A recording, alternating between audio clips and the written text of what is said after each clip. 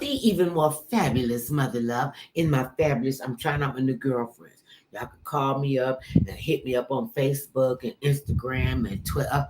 Okay, it's not Twitter anymore. And I don't like X. Means what?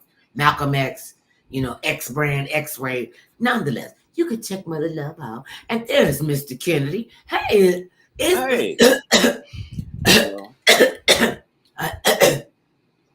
I just want want me to do you the all to talking? know. Wait a minute. I just want you all to know that I'm plowing through this because we got fires out here burning every place, and it's coming down to where we are. My eyes are on fire. I feel like I got rocks in my throat. So just bear with me. And I'm like, it's a lot to talk about, to chat about. When we were talking about these fires. Because we're in California and we have riots and fires and quakes. Oh my, there was a 4.7 quake today. And then we got the fires that are just burning. First they said it was at 800 square miles. Now it's like just exploded. And you said that they gotta, because I don't see all the news all the time. And that's why we got Mr. Kennedy. Hey, baby. Hey there. Okay, how are you doing? Tell the people about what you had heard today about all these fires out here in California. They arrested a young man for suspicion of arson because I can't hear you. I can't hear you good. I can't hear you well. Okay. I can. Okay, that's bad. Okay. The fact that they have a suspect in custody now. That started one of the bigger fires, unfortunately, but he's also been looked at to be a serial arsonist. So where they believe he set some of the other fires that we've had in Southern California and other places. I mean, unfortunately, we have people that like fire, and thank God it's a small group that likes to do this madness. That is not more people out there that will want to do something. And you always think it's always got, you think it's somebody who, well, it would be somebody who is not dealing with all of their marbles, who are not mentally strong enough to realize that this is a bad thing, or whatever kind of justification they put into their heads to say, okay, I'm going to do this and this is what's going to happen. Remember this, when you were talking about this with me today, it reminded me of the guy who was a firefighter out here in California. And they were saying that they, whatever fire department he was with, that they weren't having that much of a disruption with the fires. So they were going to start laying people off because the work was not there. Yes. Firefighter comes he said, well, look, I got to pay my house note. I got to be able to go to work. So, we don't have any fires. I think I'll start one so I can go to work. This is a firefighter. I can't even think about where the disconnect comes with. I'm a firefighter. I'm here to, to protect and serve the people in my community. And because they're saying that we don't have a lot of fires, which is a great thing. Okay. I may get laid off, so I'm going to start with some fire. Job security. That was just and people, it's like that. And you're saying that they found somebody who is a direct connect to setting these massive fires, because we got the line fire going on, we got the fires going on where the houses is coming down. It's just crazy. What are people thinking? Well, what do we do? Watching these stories every day. Well, not every day, thank goodness for not every day, but to see your house go up in flames, everything that everything that you've loved, everything that you've cherished is gone up in flames. We should have knew from the beginning of time. We cannot control fires. We can work on them. That's why they got fire departments and they got training, and didn't know this, but oftentimes the firefighters have to set a fire to contain the fire, like a backfire, like a backdraft. Yes, correct. And so, I commend the men and women who are willing to be trained to go into a disaster, a flaming disaster. I commend the men and women who are willing to strap on equipment and go into a battlefield, and you don't know what you're going to do, and then one of your own sets a fire so that they don't have to so that they don't get laid off, and now they find, was it a guy? Yes. I mean, this is something that what is the best way to put it is that it's usually the best way to put it is say it plain. The best way to put it is not trying to pussyfoot it up and dress it up or dress it down. Just make it plain. It's that it happens to be mostly men who, to my knowledge, only men have gone out and set fires or do some of the horrific things, and maybe it's partly in our genes, in men genes that some of us would do that. I mean, because it's not just one person, it's just people who either watch too much TV or not enough TV. Something's loose. Okay, and in that vein, you said there's something is loose, and how come we are not able to identify that before it becomes a problem, before it becomes an issue? Like the guy who was a firefighter, he was trained to do that. He was trained to do good, and he said someplace where his brain click. No, I think I can't get laid off. I'm just going ahead and start me a fire. It won't be a big fire. Just be a little fire. And they have to call in our little fire department. And it got completely out of hand. Well, I mean, one of the fires that we're dealing with right now was an accidental fire that was started where they was preparing for a possible fire, and sparks from a boulder and the heavy equipment that they were using started the fire. So that it was an an event that happened that wasn't planned. They was trying to teach people how to fight fires and started a fire. I mean, that has caused a lot of damage. I mean, there's probably no real way out for the people who have been victimized by his irrational state to go and set fires. Do that, and what do we do? Because most of them are mentally ill.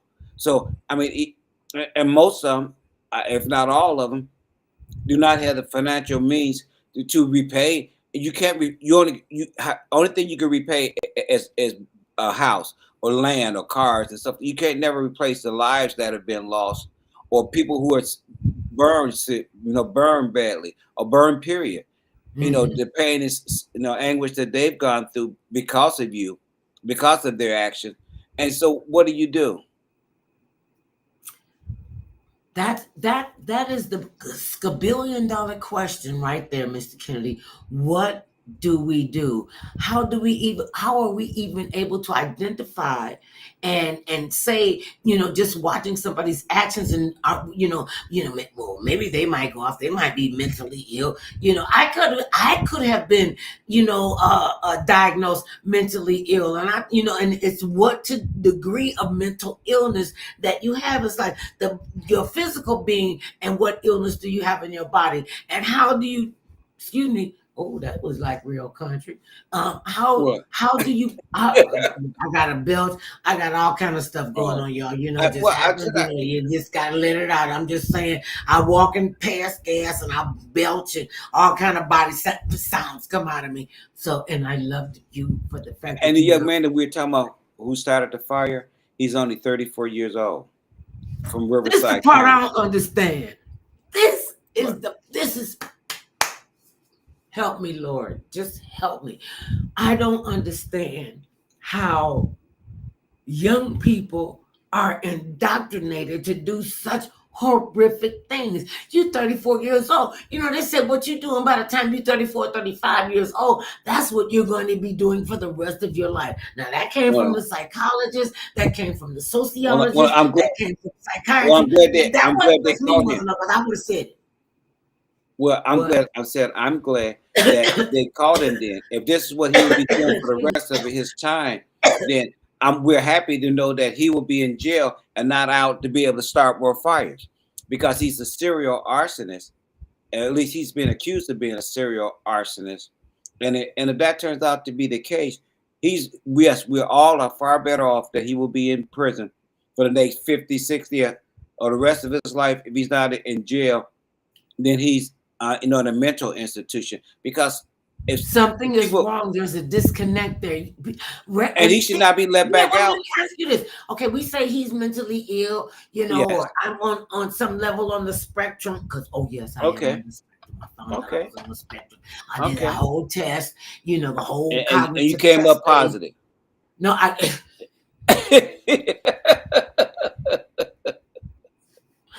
it's really not funny.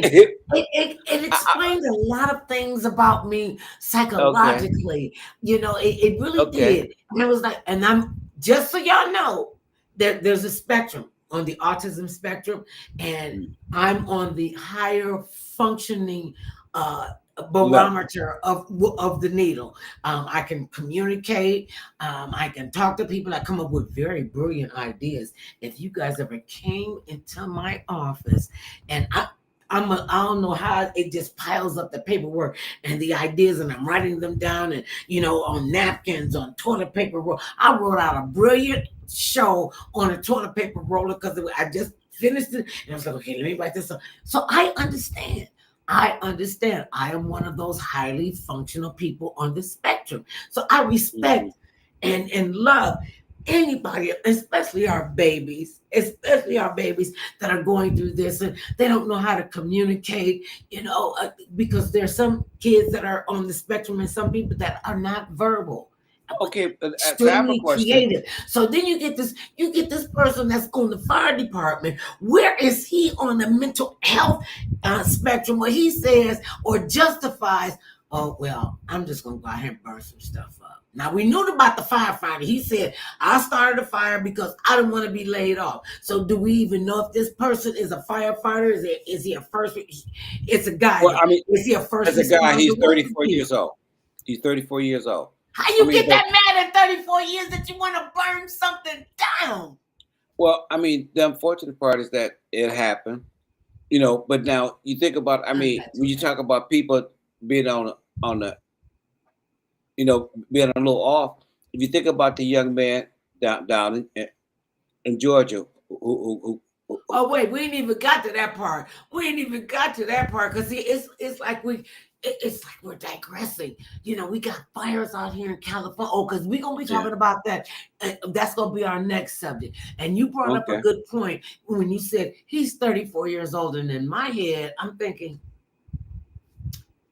what has got to you so deeply, emotionally, physically, mentally, spiritually, if you even have a spiritual connection with the universe, whomever you conceive God to be, the goddess to be, whoever you conceive to be, and to let you understand you're not the only little piece of sand on the beach.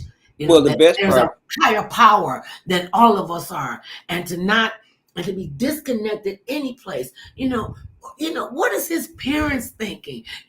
Okay, now and he's 34 years old. Okay, wait a minute, let me just say this. I found out, through the research and carrying on and what have you. Okay. That the experts on lives and jobs and your longevity, and they've got this documented. They said by the time and just Google who they are, that by the time you're 34, 35 years old, whatever you're doing at that particular time, that's what you're going to be doing for the rest of your life. Okay, when that came to me at 34, 35, I was like, wait, hold on, it's a disconnect or something.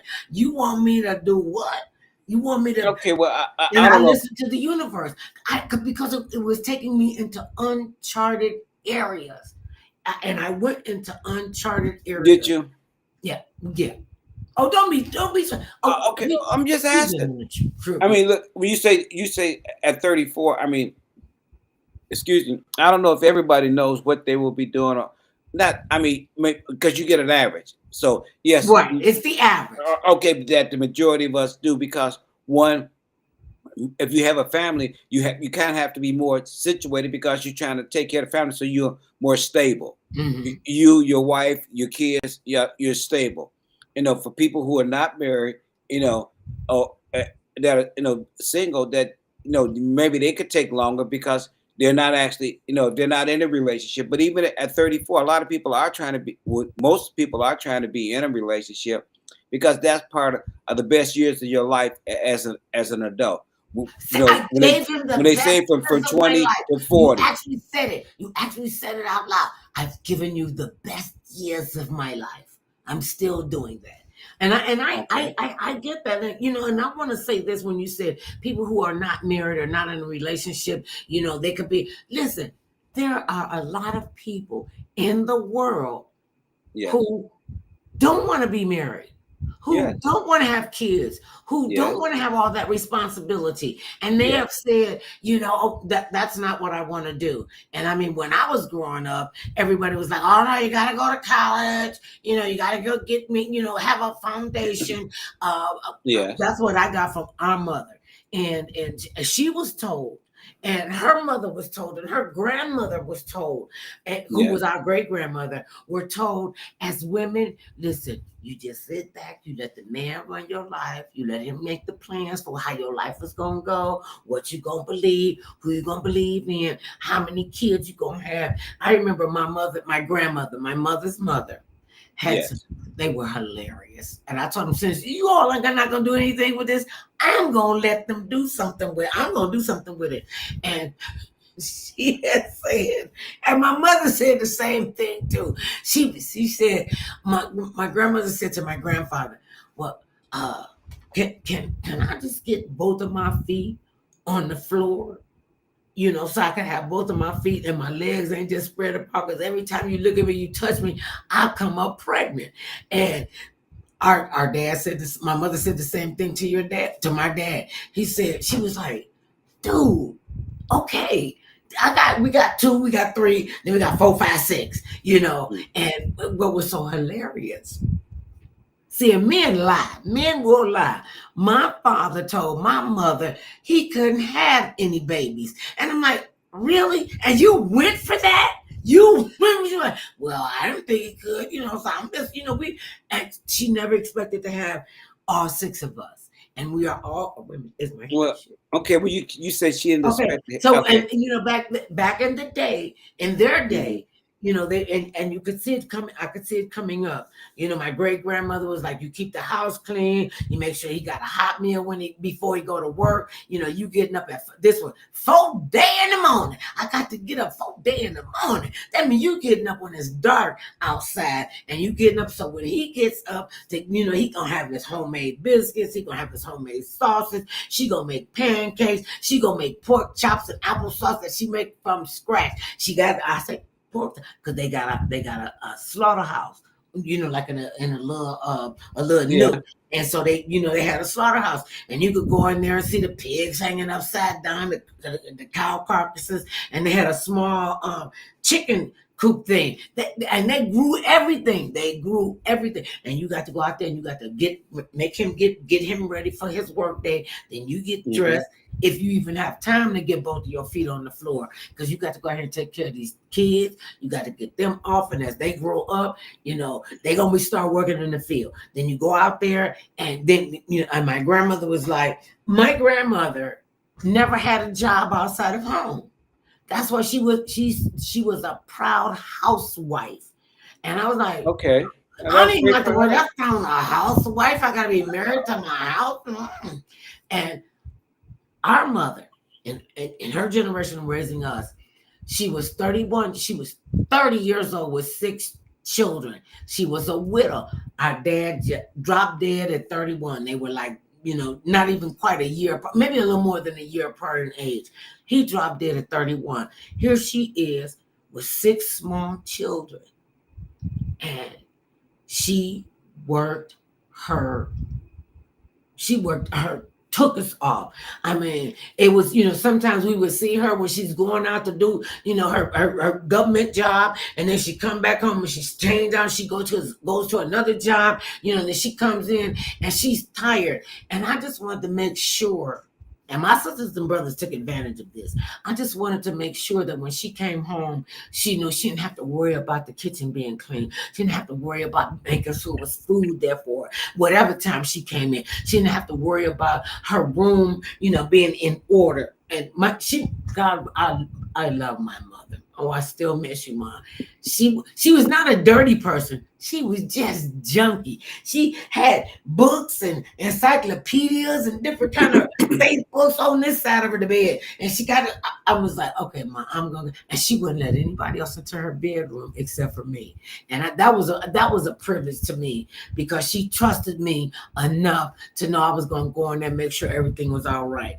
Then my sisters and brothers was like, well, you gonna clean up our room too? I'm like, I don't care if you living in 4 feet of crap, and you know your mom ain't gonna take that.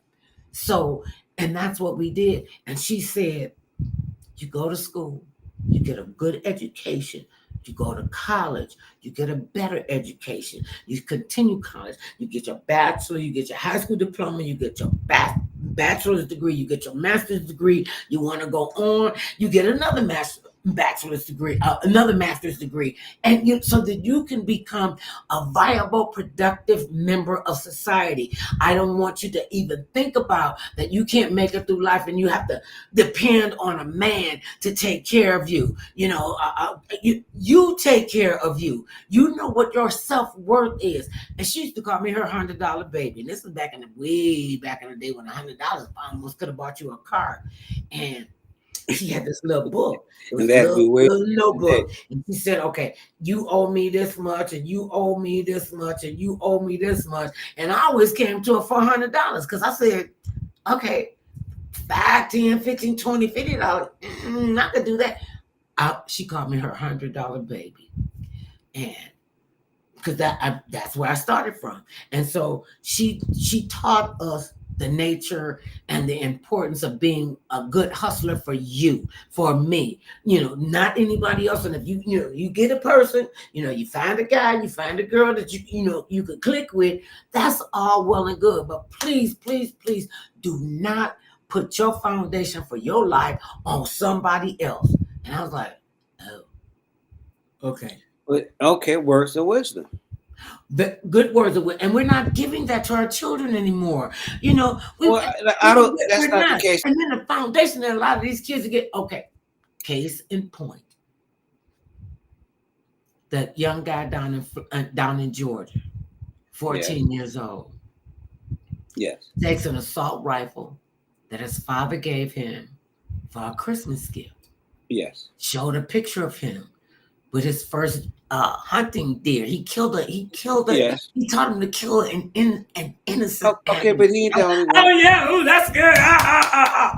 Okay. Okay. So for people who are hunters, and then because this goes back to parental responsibility, parental control, that you got to be smarter than the kids. You can't outthink. You should not allow a 13, 14-year-old, anybody that's up under your roof and you making sure that they're being taken care of. No, they go by your rules. And he was like, well, the rule is I'm going to get you a gun. I'm going to get you an assault rifle. And you out there. And his mother. But isn't that going by the rules? Wait a minute. But isn't that going? Okay, because the young man didn't go out and get the gun. His father got it for a present. Because most young men, 99.9% of young men who get guns, that are bought by their parents, do not go out and commit mass murder or anything like that. Because we're always talking about the less than 1% or 1% that actually goes berserk. The rest of us, even though we see violence, hear about violence, do not turn back around and go out and do violence because we've heard or seen of it. That is the majority of the people on this planet. The majority of us do not go out just because we hear about these horrific shootings at schools. We don't turn around and say, well, tomorrow I'm going to go out and I'm going to do that because I heard about it. It's horrible. It's terrible. We all feel bad about it, but we do not go out and harm people like that.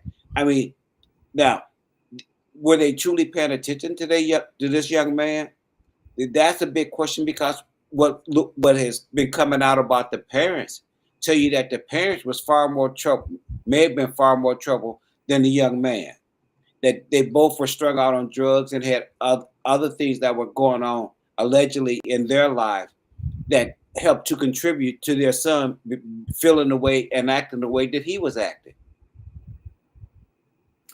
And it should have been I don't know about how many red flags went up, because as this story has unfolded, his mother she left the relationship because her husband was abusive, and she had the wherewithal to say, "Look, you just ain't gonna be keeping on Okay, but I'm gonna stay here with you." And she left her son because I'm sure. Why she need a son? I shouldn't say I'm sure. I would venture to say, as the mother of a son, like she is, I'm a mother of a son.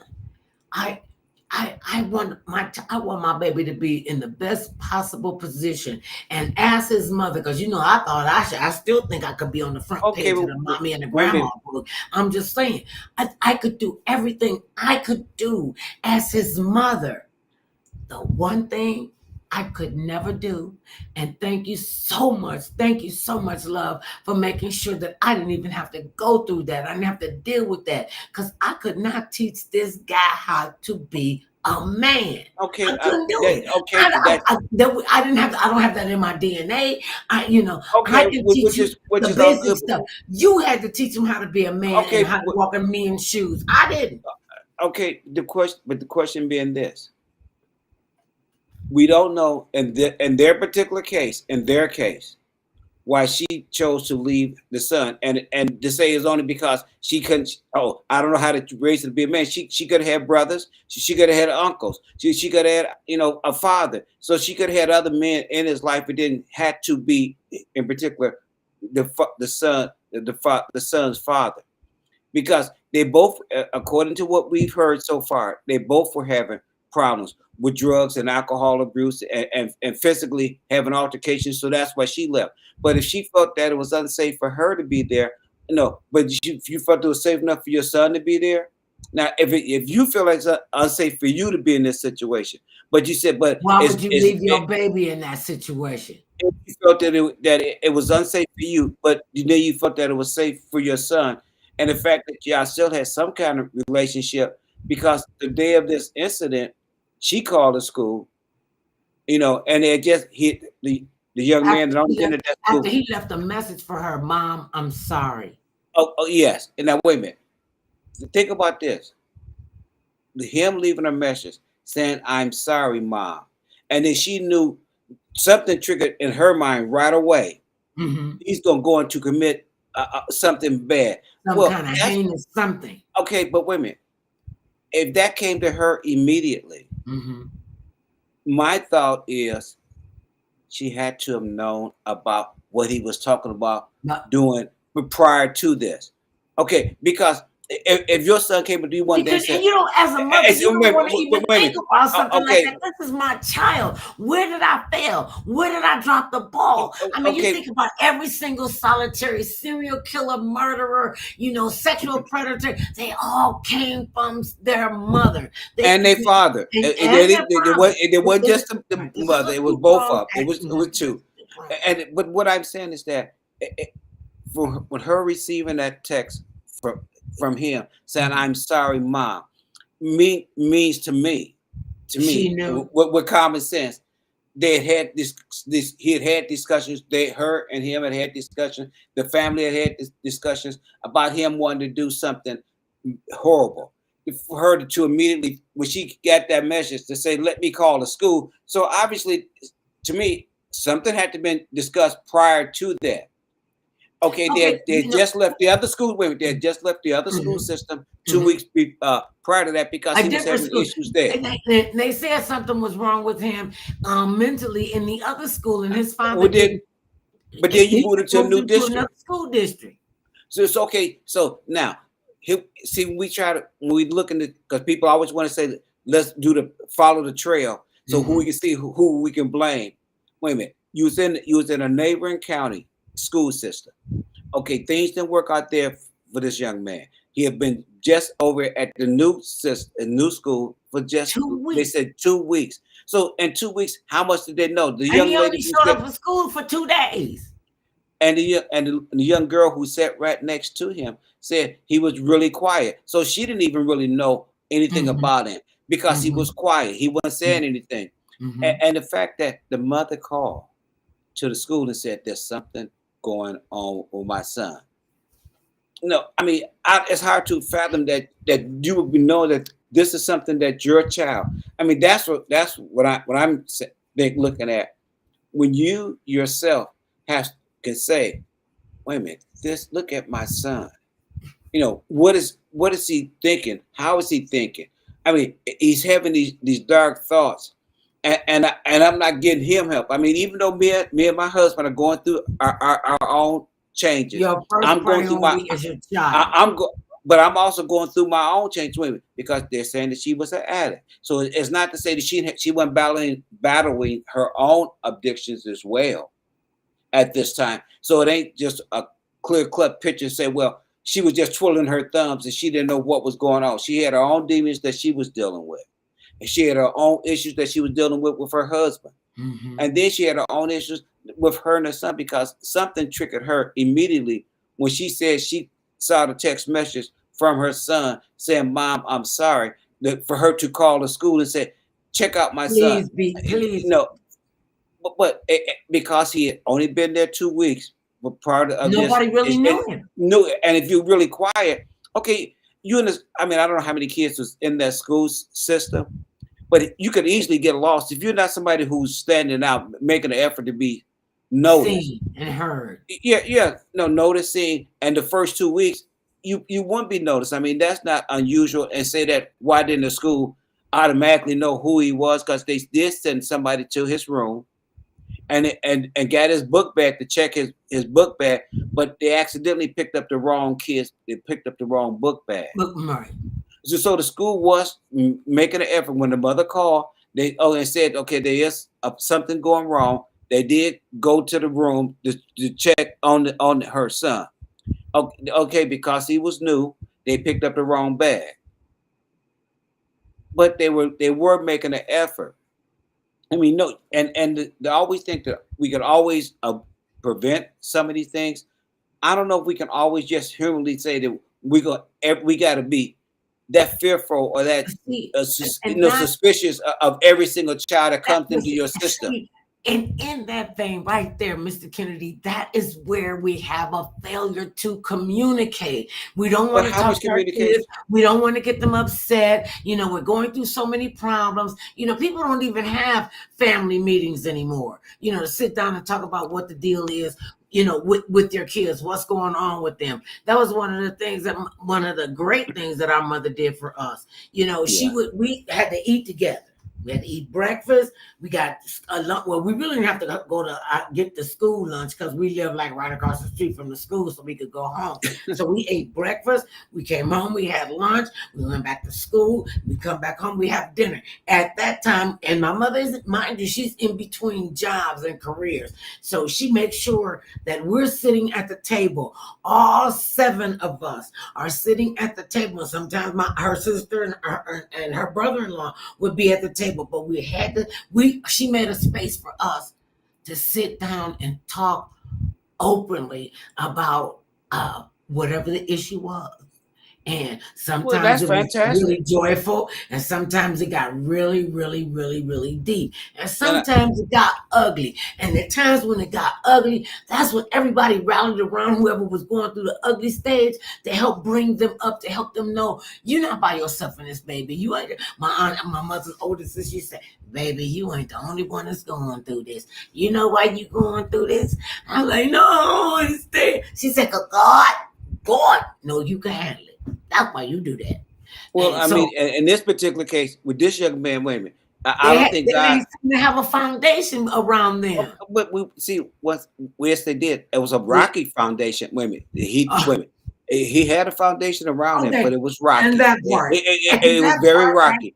Because everybody's not always going to be perfect and everything going to be rosy, because we come in too many shapes, sizes, mental capacity to be able to say, I grew up and we sat down and had dinner together as a family.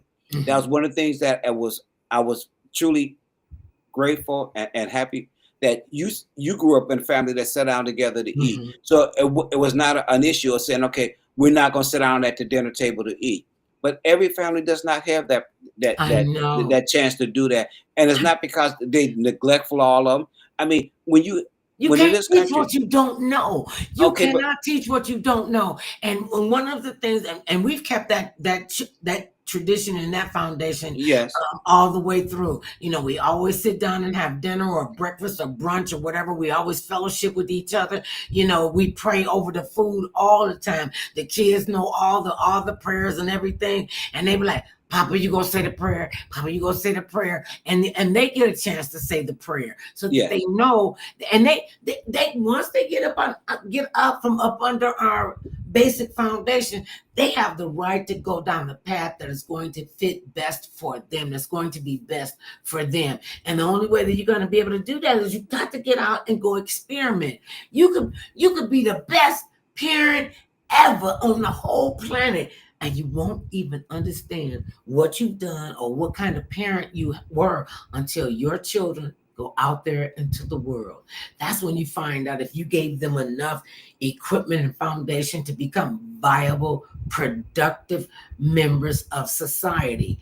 And on that, and the caveat was, don't you go out there and embarrass me. You better not. Don't you even don't even think about it. So that back there was like, oh, she would kill me. She used to say, you know, I could kill you in your sleep.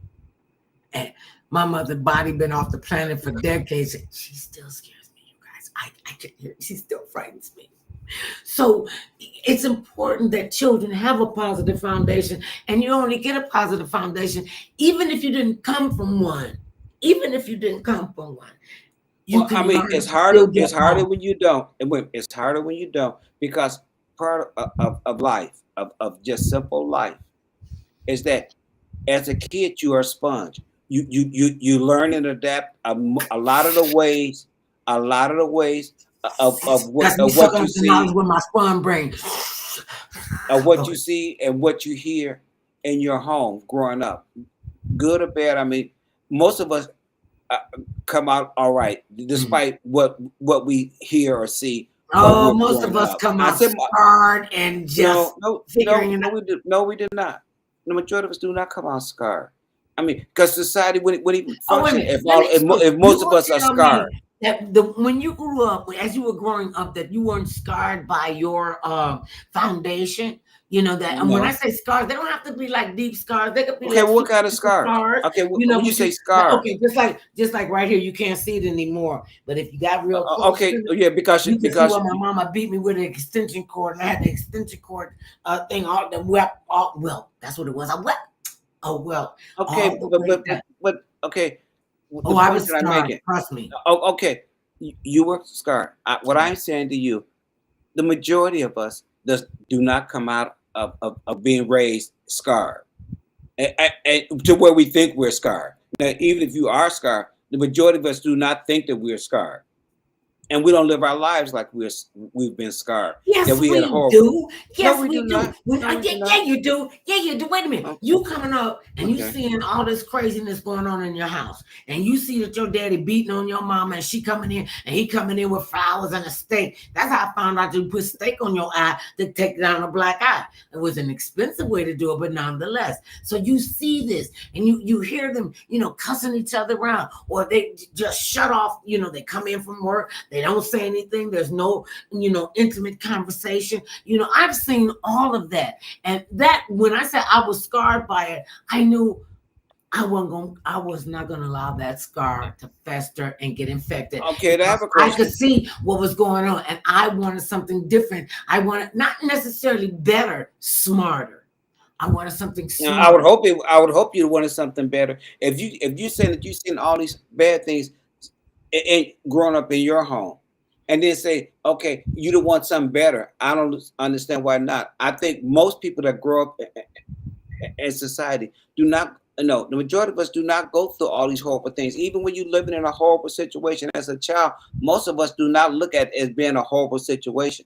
After you become an See, adult, you know what? you can turn around and look back and No, say, well, this no, and that. Okay, I no. said that's how I think. Okay, you think different. Okay, but I'm, you don't I, wait a minute. I'm You saying what you're just saying is that you came up and you were not scarred. You didn't have to overcome anything. Everything was cool with you. You weren't scarred. You made the smart and right decisions. None of that had anything to do with your upbringing, the way that you decide or you do not decide. I remember you saying, now see, when you talk about what you're going to decide to do and what you're not going to decide to do, you and I came from two different perspectives. We both grew up in the hood. I grew up in the projects, and you thought that was like beneath you because y'all lived in the house over there on the other side of the hood. Okay, and I'm like, okay, I didn't even know I lived in the hood. I lived in the community. Yeah, okay, I lived in the village. There's something was wrong if you didn't know that where you were living was the hood. I mean, I grew up but I lived in a village. I came from a village, and hood is short for neighborhood. For people that think that's some kind of negative connotation, you could be in the hood from the hood in Beverly Hills. That's what your neighbors are like. Your neighbors are like. You're in a neighborhood of very wealthy people. You're in a neighborhood of middle range people. You're in a neighborhood of poor people. And you stop me if I start telling a lie. Us coming up in an underprivileged, not having access to the resources that we needed to have to make sure that we were okay when we went outside of that address, when you go outside of that brick city, and you got the wherewithal to be able to, stand up for yourself and speak for yourself. And oftentimes, even speaking up for the kids who are getting bullied, they used to call it signifying when I was growing up. You signifying, and I was okay. I'm having a flashback because I was there. She's signifying because I would just egg it on. You give me this much, and I'm just gonna open up the window like this, and then let you walk through and just choke your own self on what you said. And so, we both come from different backgrounds, but look at what it brought us together, how it brought us together. Okay, well. And the point that I was... Okay, I'm just, I always preface this with, how I got to him and why we are still here like 1,100 years later, they would have called it stalking. When I was right now, as the times have gone on, and so and times do change, and you got to keep up with it.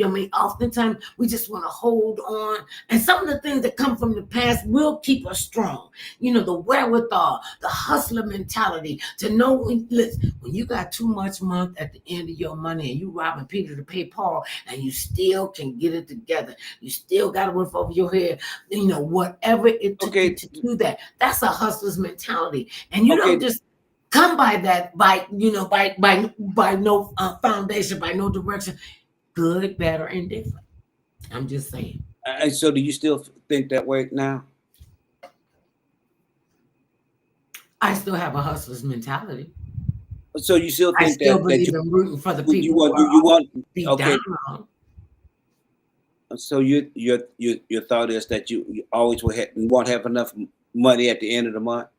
Oh no, that's just. You said that was the mentality that you had. You said, wait a minute. You said that was the mentality that you had when you were growing up. And all I asked is, do you still have that same mentality, or did you change after you became an adult and you had a chance to do things differently? I had the chance to, and I took the chance when I was 15 years old. Actually, I was 14. Now that's when I got my first job. It was called the SNIC or something, the student whatever it was. And we had to get a work permit. We had to go through some training, and to get a job. And we got paid every week. And as a kid at 14, 15 years old, and I'm getting a check and they say $125. And I'm thinking, oh my God, that is like so great. So when you think about it, when I look back at it in retrospect, I learned how to maneuver with that. I learned how to work with that. And from that point until this day, I told you the story about my mother, would loan us money. And I was the $100 baby because I said, I get $100. I could turn it into $200. I could turn that into $400. And I wasn't doing anything unscrupulously, like sort of, kind of. I knew how to hustle. I knew how to keep myself out of trouble. And so as a result of that, I never had that mentality. I said, because that was their mentality. And I was like, I'm not going to be doing a too much month at the end of my money. I'm going to learn how to, eat whatever I have to do. If I got to eat beans and rice, I'm going to eat beans and rice. I got to fix and I breastfed our son until he bit me. He had teeth. I was like, dude, you better go bite on that nipple. And so I knew I was doing a lot of stuff right and some stuff not so right. I made sure I stayed out of trouble. I made sure we didn't, go to jail for a long period of time or anything like that. And you have to know where your foundation is. You got to know how you can make and be a viable, productive member of society. And when Barack Hussein Obama became the United States president for 2 terms, that's 8 years. He said, be the change you want to see. And that was, in keeping with the time. I mean, Frederick Douglass told us that. Harriet Tubman taught us that. Benjamin Banneker taught us that. All these leaders and these world leaders, Malcolm X taught us that. Martin Luther King Jr. taught us that. And we can go on and on and on with these men and women who put down big footprints for us to be able to stand in. And sometimes the footprints were so big, you could put 2 people in one footprint. So that lets you know we were getting to being on the same page. And then here we are in the 21st century. We've lived through 2 centuries. We're here in the 21st century. Times are changing and moving so fast.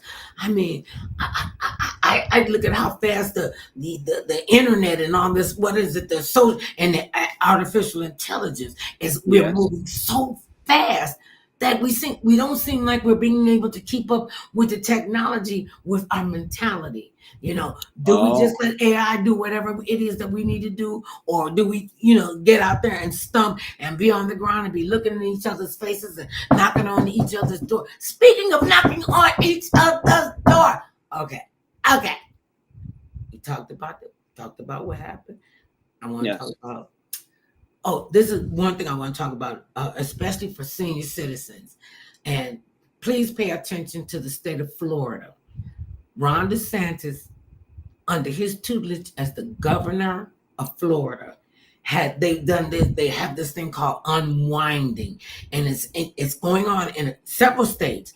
And what unwinding is they're taking people off of Medicaid and taking away their care providers, especially the in-home care providers. They're taking them away, and they're saying, well, no, one lady, 34 years old, I can't call her name right now, but Google it, 34 years old, she's blind, she's confined to a wheelchair because she has cerebral palsy. She needs virtually 24-hour, 7 days a week care. Yes. And just the basic things that we take for granted, being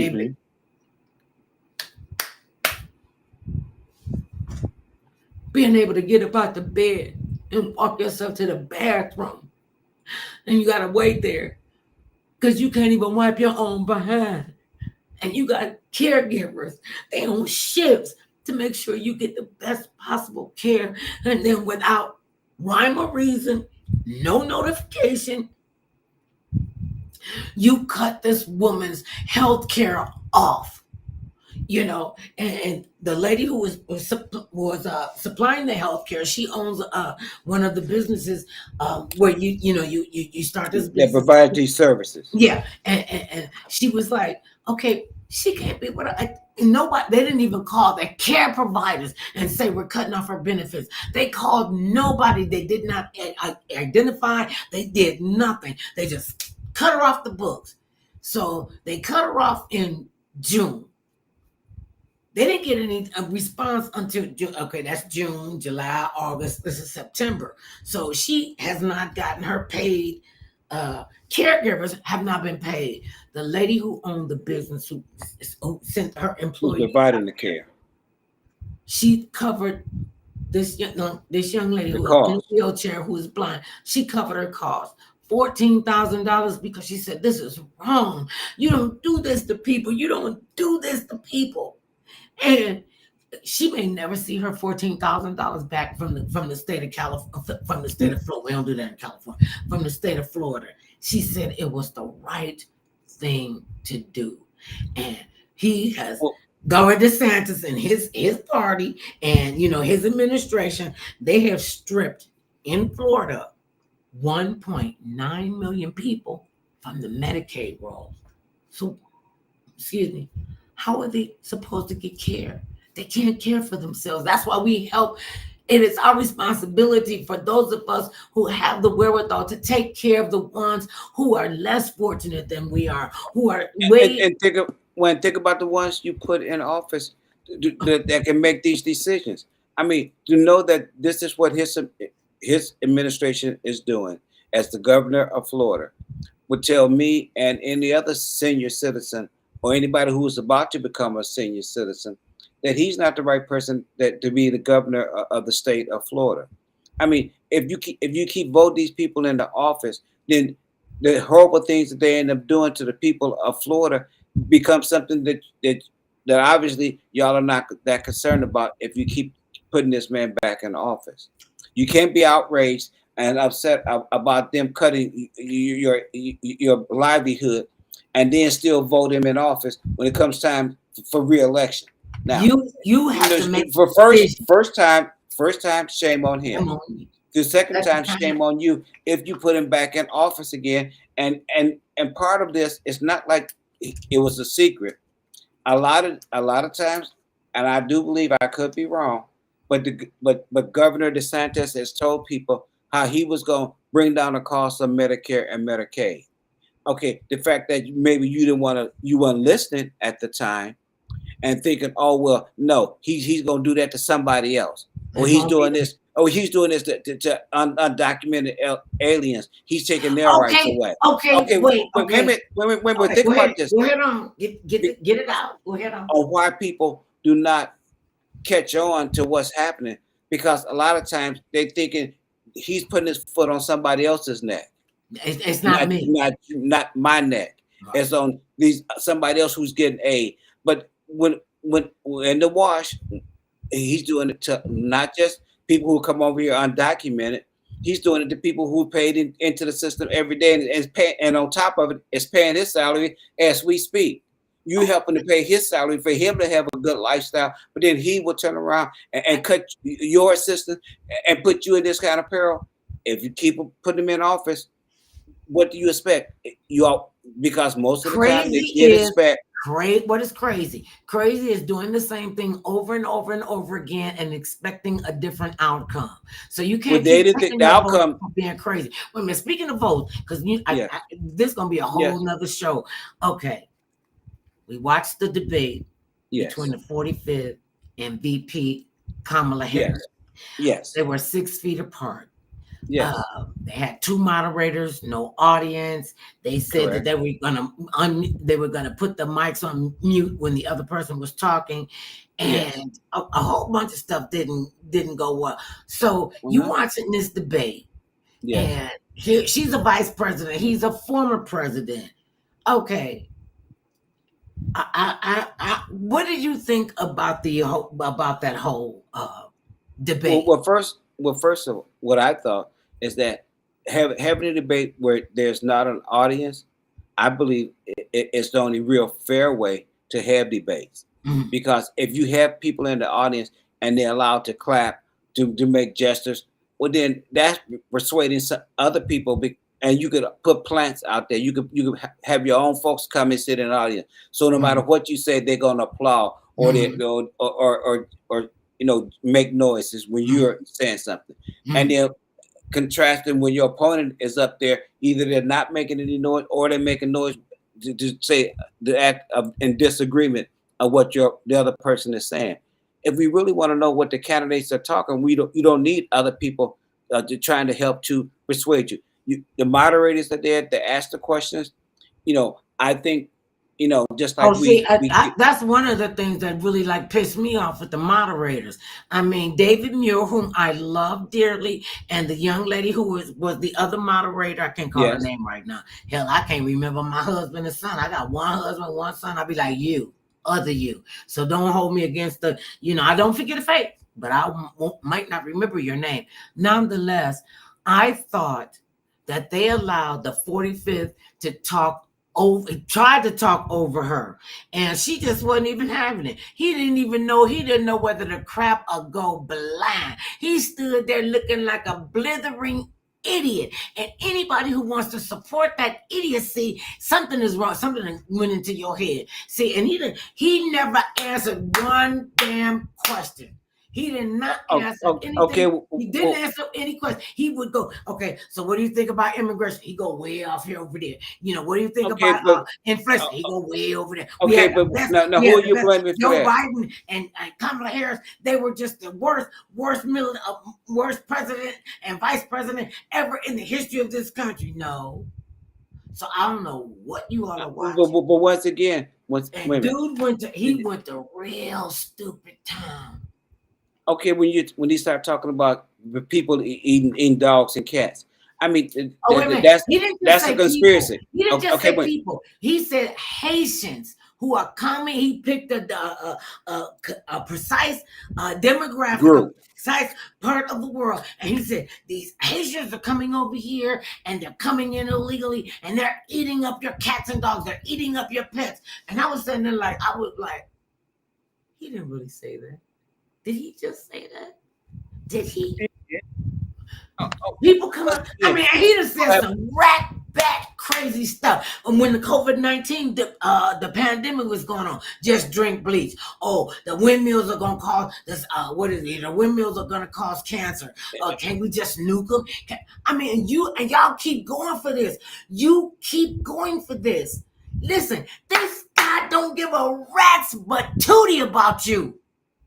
He told you that to his face. He told you. So tell me how you really feel. I don't care nothing about you. All I want is your vote and your money. Well, he do care about that. Money okay, well, so he does care then, because no, he don't care. Wait a minute, he does care because they're sending him money. What? He care about himself. He don't care about the American people. He said, this is the guy that when he said he got into office, I'm only going to have the best people. I'm only going to have the smartest ones. I'm going to have the best, most intelligent cabinet members like ever. And then when John Bolton, General Kelly, Mr. Sessions, Mike Pence, and he had the nerve to say he didn't start that. Then he is so disjointed, people. He actually came. You Google it. Go to Daily Cause. Go to Yahoo. Pick one. Go. He said, "Well, I had every right to start the January 6th debacle because he didn't call it a debacle. He said I had every right to go in and say that I demand that they change the votes and say that I won." And when Mike Pence told him, you know what? Yeah, I know I had a flower in my white hair. Okay, and I was sitting there very stoic at a bunch of stuff. And yes, I do call my wife mother. Okay, but I'm not doing this. You have gone against the Constitution of the United States of America. Your job as the commander-in-chief was to uphold the Constitution. Not you and your own little. That's what they kept saying. Oh, the founding fathers the founding fathers put that amendment in the Constitution, so we went out stupid like this. And he said I had every right to do it. And when Pence didn't want to do what I wanted him to do, what did you tell your mom? Hang Mike Pence. Hang Mike Pence. People lost their lives and their livelihood, and you had the nerve to say, "Well, I had nothing to do with that." Then you just said the other day. You just said the other day, I had every right to do that. And so in the last few seconds that we have, who did you think? I ain't gonna even ask that question because she handed him his ass in a basket. He didn't know whether to crap or go blind. He didn't know whether to blow his nose or fart. And and that's my coherent fraud. That's the German. I probably said it wrong. That's the German word for I revel in your pain. And I really don't revel in his pain. I feel sorry. I feel sorry. Thank you, Mr. Kennedy. We always have a lively conversation, and we'll continue. I am Mother Love, and remember this, babies, no matter how big or tall, short or small, thick or thin. Doesn't matter what skin you're in. Everybody needs some mother love now and then. Peace, my babies. You know I love you.